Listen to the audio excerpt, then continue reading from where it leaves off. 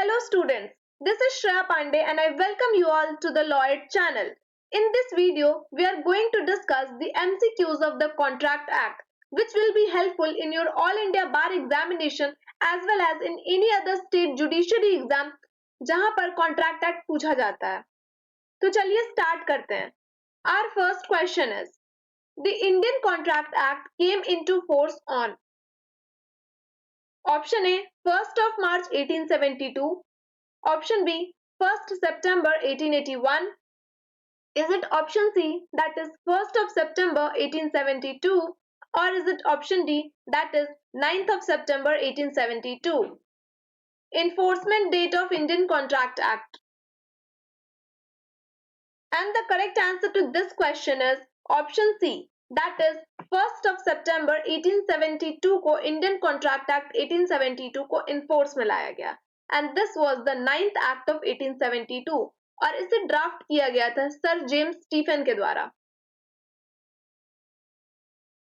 Our next question is, agreement is defined under which section of the Indian Contract Act 1872? Agreement की definition पूछी जा रही है. See, Indian contract act में definition clause as well as illustrations are very important. आपको सारे definitions याद करने एंड इलस्ट्रेशंस भी समझते चलना है for clearing out this exam. तो अगर एग्रीमेंट की हम बात करें कि किस सेक्शन में डिफाइन करा गया है, तो हमारे पास ऑप्शंस हैं section 2 clause D, section 2 clause E, Section 2 Clause G, or is it Section 2 Clause H of the Indian Contract Act 1872? Definition of the word agreement पूछा जा रहा है. And the correct answer to this question will be option number B. That is Section 2 के Clause E में हम agreement की definition देखते हैं. The next question is, every promise and every set of promise forming the consideration for each other is an. सारे promises and set of promises मतलब एक से ज्यादा promises में हो सकते हैं forming the consideration for each other. इसे हम क्या कहते हैं? Is it a contract? Is it an agreement? Is it an offer? Or is it option D, that is acceptance? Every promise and every set of promises forming the consideration for each other. And we call it as an agreement. That means option B is the correct option. Every promise and every set of promises which are forming the consideration for each other is an agreement. और agreement की definition हम देखते हैं section 2 के clause E में. The next question is, A promises to deliver his watch to B. ए ने ये promise करा कि वो अपनी वॉच बी को डिलीवर करेगा एंड इन रिटर्न में बी ने क्या प्रॉमिस करा है कि वो sum of money that means 2000 rupees वो यहाँ पर ए को डिलीवर करने वाला है. ठीक है, तो ये क्या है? Is it an agreement? Is it a cross offer? Is it a counter offer? और is it option D, that is acceptance? Question आप समझ गए कि ए ने प्रॉमिस कर दिया कि वो डिलीवर करने वाला है अपनी वॉच बी को, बदले में बी ने प्रॉमिस कर दिया कि ठीक है मैं तुम्हें 2000 रुपीज दूंगा. Then what is this? तो क्वेश्चन नंबर 4 का सही आंसर हो जाएगा option number A, that is it is an agreement. ठीक है. Our next question is, question number 5 ये कह रहा है कि contract is defined as agreement enforceable by law with section dash of the Indian contract act. Contract जो है it is defined as an agreement enforceable by law. जो agreement enforceable होते हैं लॉ के द्वारा उसे हम कॉन्ट्रैक्ट कहते हैं. तो in which section it has been defined? तो क्वेश्चन नंबर 5 में आपसे कॉन्ट्रैक्ट की डेफिनेशन पूछ रहा है कि किस सेक्शन में डिफाइंड है. तो is it section 2 clause D? Is it section 2 clause ji? Is it section 2 clause H? और is it section 2 clause E of the Indian Contract Act 1872? यहां पर पूछा जा रहा है कॉन्ट्रैक्ट की डेफिनेशन जो आपके लिए बहुत ही इंपॉर्टेंट है. तो इस क्वेश्चन का मैं आंसर बता दूं, सही आंसर हो जाएगा हमारा सेक्शन 2 का clause H. That means option C में हम डेफिनेशन देख लेते हैं कॉन्ट्रैक्ट की. ठीक है, 2 के ई में हमने बता दिया कि वो एग्रीमेंट की डेफिनेशन देता है, एंड 2B में हम कंसिडरेशन की डेफिनेशन देखते हैं। ओके, सेक्शन 2 आपके लिए बहुत इंपॉर्टेंट है, इसलिए मैं कई सारे क्वेश्चन सेक्शन 2 से लेकर आई हूं। You can not neglect this section. Our next question is, question number 6 में बोला जा रहा है dash is without any legal effect and can not be enforced in a court of law. इनमें से ऐसा क्या है जिसकी कोई लीगल इफेक्ट नहीं होती है और ना ही हम उसे कोर्ट में इन्फोर्स करा सकते हैं? क्या वो वैलिड कॉन्ट्रैक्ट होता है जिसकी कोई लीगल इफेक्ट नहीं होती और उसे हम कोर्ट में इन्फोर्स भी ना करा पाए? क्या वो वॉइड एग्रीमेंट होता है? क्या वो वॉइडेबल कॉन्ट्रैक्ट होता है, और इज इट अनइन्फोर्सिएबल ऑफर? इनमें से कौन सा ऑप्शन ऐसा है जिसकी कोई लीगल इफेक्ट नहीं होती है और ना ही हम उसे कोर्ट में इन्फोर्स करा सकते हैं? ठीक है, तो क्वेश्चन नंबर 6 का सही आंसर हो जाने वाला है option number B, that is void agreement. जो वॉइड एग्रीमेंट होता है उसकी कोई लीगल इफेक्ट नहीं होती है और ना ही हम उसे कोर्ट में इन्फोर्स करा सकते हैं। अगर हम वॉइड कॉन्ट्रैक्ट की बात करें तो वॉइड कॉन्ट्रैक्ट का भी कोई लीगल इफेक्ट नहीं होगा और उसे हम कोर्ट में इन्फोर्स नहीं करा पाएंगे। Alright, the next question is, according to the provisions of the Indian Contract Act, void agreement and void contract is same। क्या हम इंडियन कॉन्ट्रैक्ट एक्ट के द्वारा जो पढ़ते हैं उसमें वॉइड एग्रीमेंट और वॉइड कॉन्ट्रैक्ट सेम होता है? Is it true, false, partly true और पार्टली फॉल्स? कहा जा रहा है इंडियन कॉन्ट्रैक्ट एक्ट के द्वारा वॉइड एग्रीमेंट और वॉइड कॉन्ट्रैक्ट सेम होता है। तो correct answer to this question number is option number B, that is false. ये बात सरासर गलत है कि जो वॉइड एग्रीमेंट होता है और वॉइड कॉन्ट्रैक्ट होता है वो सेम है। नहीं, ऐसा नहीं है, क्योंकि जो वॉइड एग्रीमेंट होता है वो वॉइड ab initio रहता है, मतलब हम स्टार्टिंग से ही उसे वॉइड मान रहे होते हैं। लेकिन जो वॉइड कॉन्ट्रैक्ट होता है वो स्टार्टिंग में तो वैलिड रहता है फॉर सम पर्पस, लेकिन कुछ ऐसे सर्कमस्टांस हो जाते हैं या फिर हो सकता है कि जो सब्जेक्ट मैटर है वही डिस्ट्रॉय हो गया हो, कुछ भी ऐसे सर्कमस्टांस होते हैं जिस बेसिस पर वो कॉन्ट्रैक्ट बाद में जाकर वॉइड बनता है, तो उसे हम वॉइड कॉन्ट्रैक्ट की कैटेगरी में डालते हैं। ठीक है, एंड जो वॉइड एग्रीमेंट होते हैं वो तो वॉइड ab initio रहते हैं। Alright, this is the reason कि दोनों चीजें अलग हैं, void agreement and void contract are different things, और दोनों की डेफिनेशन हमारे सेक्शन 2 में मिलती है। The next question is, according to the enforceability, the contracts may be classified as। enforceability sorry, enforceability के अकॉर्डिंग जो कॉन्ट्रैक्ट होता है उसे हम किस तरह से क्लासिफाई कर सकते हैं? क्या हम वैलिड कॉन्ट्रैक्ट्स में उसे क्लासिफाई कर सकते हैं, वॉइड कॉन्ट्रैक्ट्स में क्लासिफाई कर सकते हैं, वॉइडेबल कॉन्ट्रैक्ट्स में क्लासिफाई कर सकते हैं, और is it option D, that is all of the above? Question number 8, इन्फोर्सेबिलिटी की बात हो रही है यहाँ पे, तो कॉन्ट्रैक्ट्स को हम किस तरह से क्लासिफाई कर सकते हैं? This is one of the easiest question और इसका आंसर हो जाएगा option number D, that is all of the above. जो कॉन्ट्रैक्ट होते हैं वो तो valid, void and voidable 3 types के होते ही हैं, राइट। जो वैलिड कॉन्ट्रैक्ट होते हैं उसे हम कोर्ट में इन्फोर्स करा सकते हैं, जो वॉइड कॉन्ट्रैक्ट होते हैं उसे हम इन्फोर्स नहीं करा पाते हैं, एंड जो वॉइडेबल कॉन्ट्रैक्ट होते हैं उसे हम सेट असाइड करा सकते हैं at the option of the party जिसके साथ वॉइडेबिलिटी हुई है। ठीक है, the next question is, A ने प्रॉमिस करा बी को कि I will marry you, later on B की डेथ हो जाती है। ठीक है, तो दिस कॉन्ट्रैक्ट ऑफ मैरिज, तो ये जो कॉन्ट्रैक्ट ऑफ मैरिज है क्या ये वॉइड हो जाएगा? क्या ये वॉइड था फ्रॉम द बिगिनिंग? क्या ये वैलिड हो जाएगा या फिर ये इलीगल हो जाने वाला है? क्वेश्चन नंबर 9, ए ने प्रॉमिस करा कि वो बी से शादी करेगा और बाद में बी की ही डेथ हो जाती है, तो ये जो कॉन्ट्रैक्ट है मैरिज का, what is this? The correct answer to this question will be option number A, that is it becomes void। ये कॉन्ट्रैक्ट तो void हो जाने वाला है।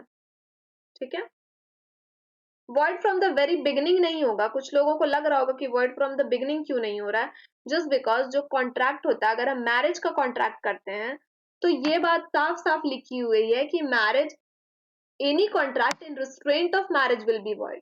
ठीक है, तो यहाँ हम रिस्ट्रेंट से रिलेटेड तो कोई कॉन्ट्रैक्ट कर ही नहीं रहे हैं ना, that's why this is not void from the very beginning.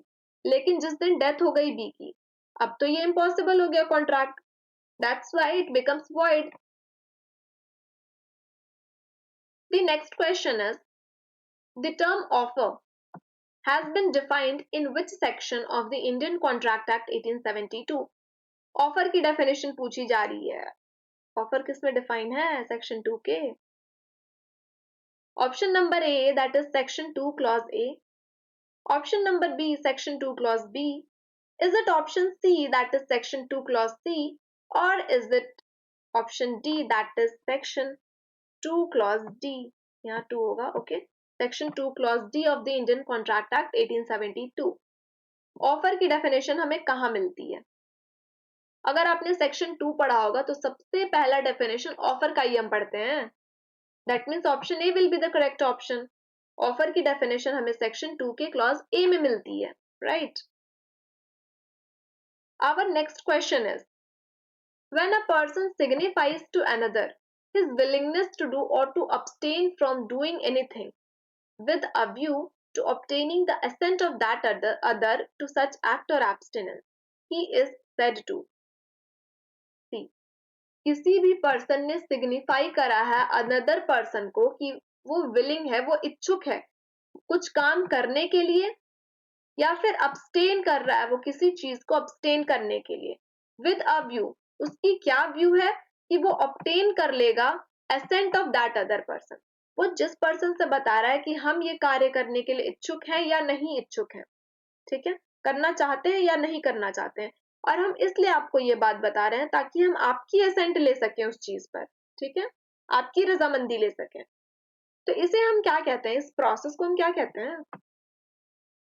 The options are make an agreement, क्या हम इसे एग्रीमेंट बनाना कह देते हैं, या फिर हम ये कहेंगे कि हम प्रपोजल कर रहे हैं। तीसरी बात एंटर इनटू एन एग्रीमेंट, कि हम एक एग्रीमेंट में एंटर कर रहे हैं, या फोर्थ ऑप्शन इज कि we are entering into a contract. ठीक है, क्वेश्चन एक बार ध्यान से देख लीजिएगा, ये बैरेट के एग्जैक्ट लाइंस लिखे हुए हैं इस क्वेश्चन में। When a person signifies to another his willingness to do, okay, willingness word से ही आपको पता चल जाना चाहिए कि इसका क्या आंसर होने वाला है। एंड क्वेश्चन नंबर 11 का सही आंसर हो जाएगा option number B that is make a proposal. अगर हम कोई ऐसी बात कह रहे हैं कि और हम इस विलिंग से कह रहे हैं कि हम आपकी एसेंट ले सकें उस चीज पर, that means I am making a proposal to you, right. And proposal या फिर ऑफर की डेफिनेशन हमें मिलती है सेक्शन 2 के क्लॉज ए में, right. Section 2 clause A defines the offer और proposal. The next question is an acceptance of offer may be made. Offer की एक्सेप्टेंस हम कैसे करते हैं? आपने हमें कुछ चीज ऑफर करी, ठीक है, सपोज आपने हमसे कहा कि आप हमें अपना पेन बेचना चाहते हैं, ठीक है, ये ऑफर था आपका, हम एक्सेप्ट करना चाहते हैं इस चीज को, तो हम अपनी एक्सेप्टेंस कैसे दिखाएंगे? क्या हम वर्ड्स के थ्रू दिखा सकते हैं, किसी कंडक्ट के थ्रू दिखा सकते हैं, ईदर बाय वर्ड्स और बाय कंडक्ट दिखा सकते हैं, या फिर इन दोनों में से किसी भी तरीके से हम अपनी एक्सेप्टेंस आपको नहीं दिखा सकते हैं? क्वेश्चन नंबर 12, तो एक्सेप्टेंस ऑफ एन ऑफर जो होता है it can be either by words और by conduct, that means option C will be the correct option. Acceptance हम अपने वर्ड्स के थ्रू भी दिखा सकते हैं या कंडक्ट के थ्रू भी दिखा सकते हैं। कंडक्ट के थ्रू कैसी एक्सेप्टेंस होती है? सी, अगर हम किसी बस स्टॉप पे खड़े हैं, बस आई और हम बस में चढ़ गए, बस ने हमें ये ऑफर करा कि हमें पर्टिकुलर प्लेस पर जाना है, बस का आना ही ऑफर था, और हम बस में चढ़ गए, it means I am accepting this, ये हमारा कंडक्ट था। भाई कंडक्ट, हमने ये एक्सेप्ट करा कि हाँ हम बस में चढ़ रहे हैं, हम बस जहां जा रही है हम उस जगह तक जाना चाहते हैं, ठीक है, that is our acceptance by conduct. और वर्ड्स के थ्रू तो ऐसा हो सकता है कि हम डायरेक्टली आपको कह दें, आपने हमसे पूछा कि will you buy my pen, मैंने कहा कि हाँ I will buy your pen, तो मैंने बाय वर्ड्स कह दिया, ठीक है। एंड एक्सेप्टेंस इधर बाय वर्ड्स भी हो सकती है और बाय कंडक्ट भी हो सकती है, ऑलराइट। हमारा नेक्स्ट क्वेश्चन है, A advertises in a paper that any person who found his lost son can get a reward of rupees 1000. ए ने पेपर में ये छपवाया कि जो भी मेरे खोए हुए बेटे को खोजेगा I will give that person 1000 rupees as a reward, ठीक है। And any person who finds his son can claim the reward. जो भी पर्सन मेरे चाइल्ड को, मेरे सन को खोज कर लाएगा वो क्लेम कर सकता है इस रिवॉर्ड को। दैट मीन्स 1000 रुपीज वो हमसे क्लेम कर सकता है। This is a case of, तो ये कैसा केस है? Is it a general offer, specific offer, counter offer और is it a cross offer? Paper में एडवर्टीजमेंट देना कि आप हमारे बेटे को अगर खोज कर लाते हैं तो हम आपको 1000 रुपए देंगे।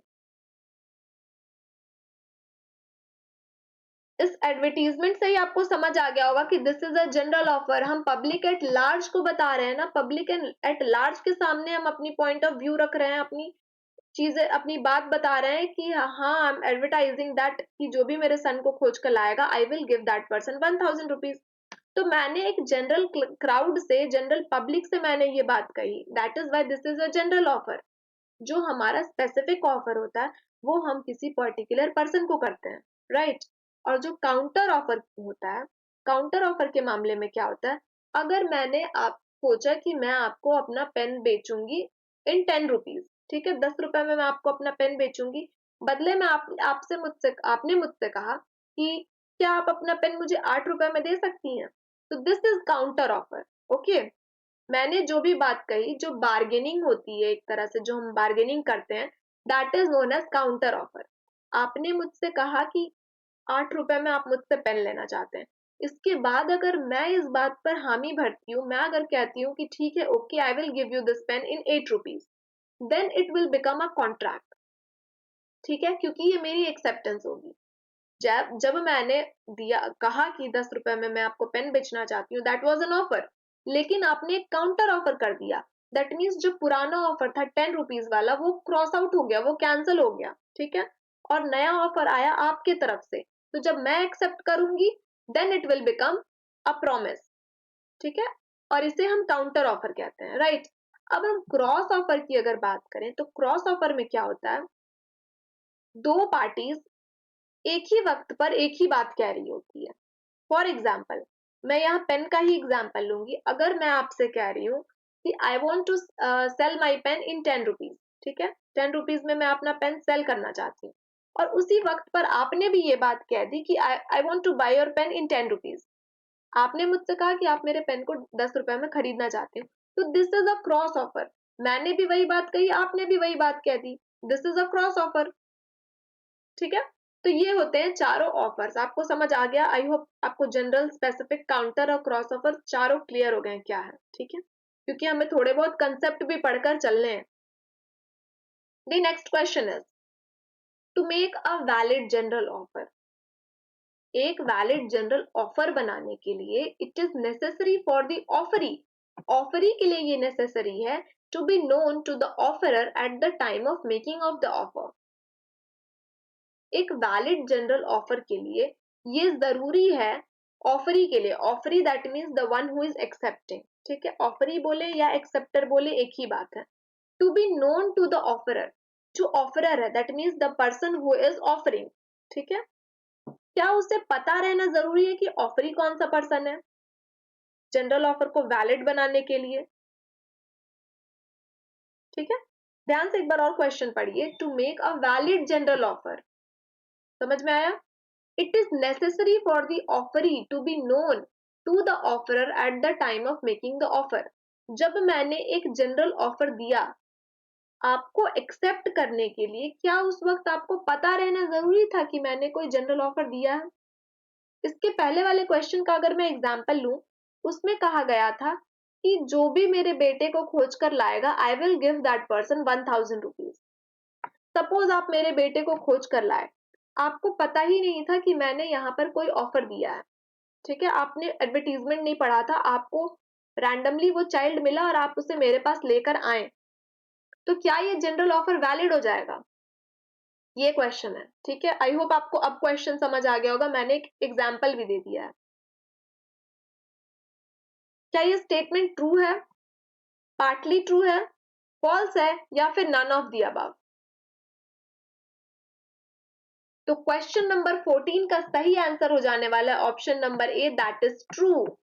अगर आपको हमारे जनरल ऑफर के बारे में नॉलेज ही नहीं है तो आप उसे एक्सेप्ट नहीं कर सकते हैं। इसीलिए अगर जनरल ऑफर को वैलिड बनाना है तो ऑफरी शुड नो कि हाँ, जो ऑफरर है उसने कोई ऑफर किया है, राइट। और आज का हमारा लास्ट क्वेश्चन है, an offer comes to an end after the expiry of. किसी भी ऑफर का अंत करने के लिए क्या करना पड़ता है या कब वो एक्सपायर होता है?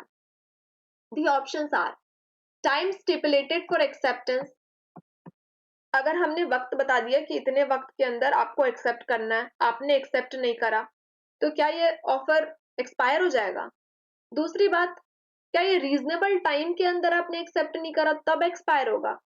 ऑप्शन सी, ईदर ए और बी, और is it option D, neither A nor B? NEITHER, okay, neither A nor B. I hope आपको क्वेश्चन समझ में आ गया है। An offer comes to an end after the expiry of.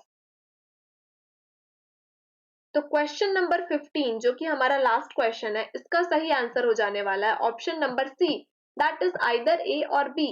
अगर time stipulated for acceptance खत्म हो जा रहा है या फिर रीजनेबल टाइम एक्सपायर कर जा रहा है, तब हम मान जाएंगे कि हाँ, this offer comes to an end. Alright, और इसी के साथ हमारे टॉप 15 क्वेश्चंस कंप्लीट होते हैं। आई होप आपने इन क्वेश्चंस को सही तरह से समझा होगा। मिलते हैं हमारे नेक्स्ट वीडियो में। अभी हम ऑल इंडिया बार एग्जाम की सीरीज भी चला रहे हैं। अगर आप चाहें तो आप हमारे चैनल पर जाकर पूरे कोर्स को फ्री ऑफ कॉस्ट पढ़ सकते हैं। साथ ही साथ मैंने PYQs भी बनाए हुए हैं और अदर MCQs भी मैं करवा रही हूँ। तो आप अगर इन वीडियोस को रेगुलरली देख रहे हैं, रेगुलर MCQs अगर आप मेरे साथ कर रहे हैं, तो आई कैन एश्योर आपका ऑल इंडिया बार एग्जाम इजिली क्लियर हो जाने वाला है। मिलते हैं नेक्स्ट वीडियो में।